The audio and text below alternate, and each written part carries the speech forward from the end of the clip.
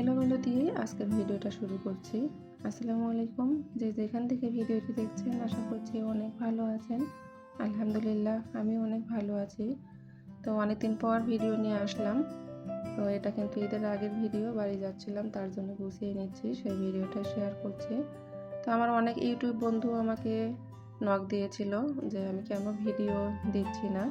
আসলে আমার মেয়ের পরীক্ষা ছিল, প্লাস অনেক বিজি ছিলাম, তাই আমি ভিডিও শেয়ার করতে পারিনি।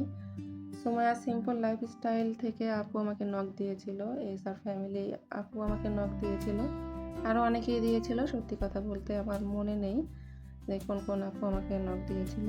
তো আমি তাদেরকে কৃতজ্ঞতা প্রকাশ করছি।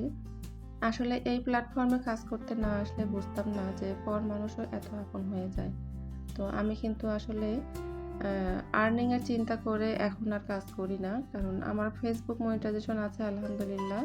ইউটিউবে তো এভাবে টাইম দিতেই পারি না, তো সেখানে আর্নিংয়ের প্রশ্নই আসে না। তারপরেও আমি এই যে সবার এত আন্তরিকতা, এত ভালোবাসার জন্য কিন্তু আমি মাঝে মাঝে ভিডিওটা শেয়ার করি। তো যাই হোক, আমার জন্য দোয়া করবেন, তো আমি যেন রেগুলার ভিডিও শেয়ার করতে পারি। তো বাড়ি যাওয়ার আগে আমার কেকের অর্ডার ছিল, মানে যেদিন যাব সেই দিনকেই আমার ডেলিভারি ছিল। তো আমি যথারীতি আগের দিনে সেই কেকগুলো রেডি করছিলাম। যেহেতু আমি চুলায় কেক রেডি করি, তাই আমাকে একটা চুলায় বা দুটো চুলায় করতে হয়। তো এক পাশের চুলায় আমি একটা কেক বসিয়ে দিয়েছি, আর আরেক চুলায় আমি এই যে নাস্তা করার জন্য একটু কয়েক রকমের পাঁপড় ভেজে নিয়েছিলাম। যেহেতু হাতে সময় কম ছিল, তাই অন্য কোনো নাস্তা রেডি করতে পারিনি। তো ওটা খেয়ে চা খেয়েছিলাম। তারপর এই যে বাকি কেকগুলো আবার বসিয়ে দিচ্ছিলাম। তো আলহামদুলিল্লাহ একটা ভালো ছিল, একটা ভালো দিক ছিল যে সেই দিন সবগুলোই আমার চকলেট কেকের অর্ডার ছিল। তো সেইগুলো করতে আমার খুবই সুবিধা হয়েছিল একই রকম কেক হওয়ার কারণে।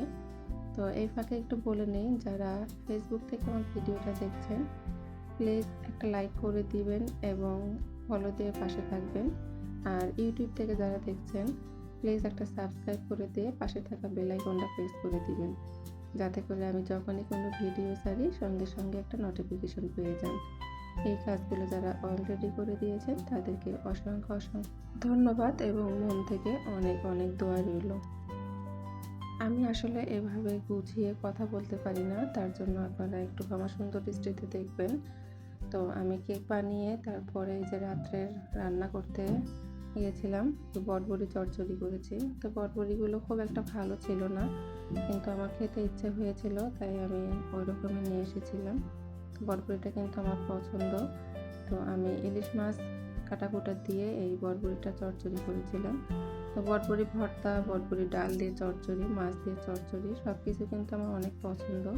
তো এখানে শুধুমাত্র লবণ, হলুদ আর পেঁয়াজ, কাঁচামরিচ দিয়ে হাতে মাখিয়ে চচ্চড়িটা করেছি। তো আমরা কিন্তু যে কোনো মাছের চচ্চড়ি এইভাবেই করি। আমার হাতে মাখা চচ্চড়িটা অনেক বেশি পছন্দ। তো অনেক আপুকে দেখেছি কিন্তু বটবড়ি আবার বড় মাছ দিয়ে ঝোল করে।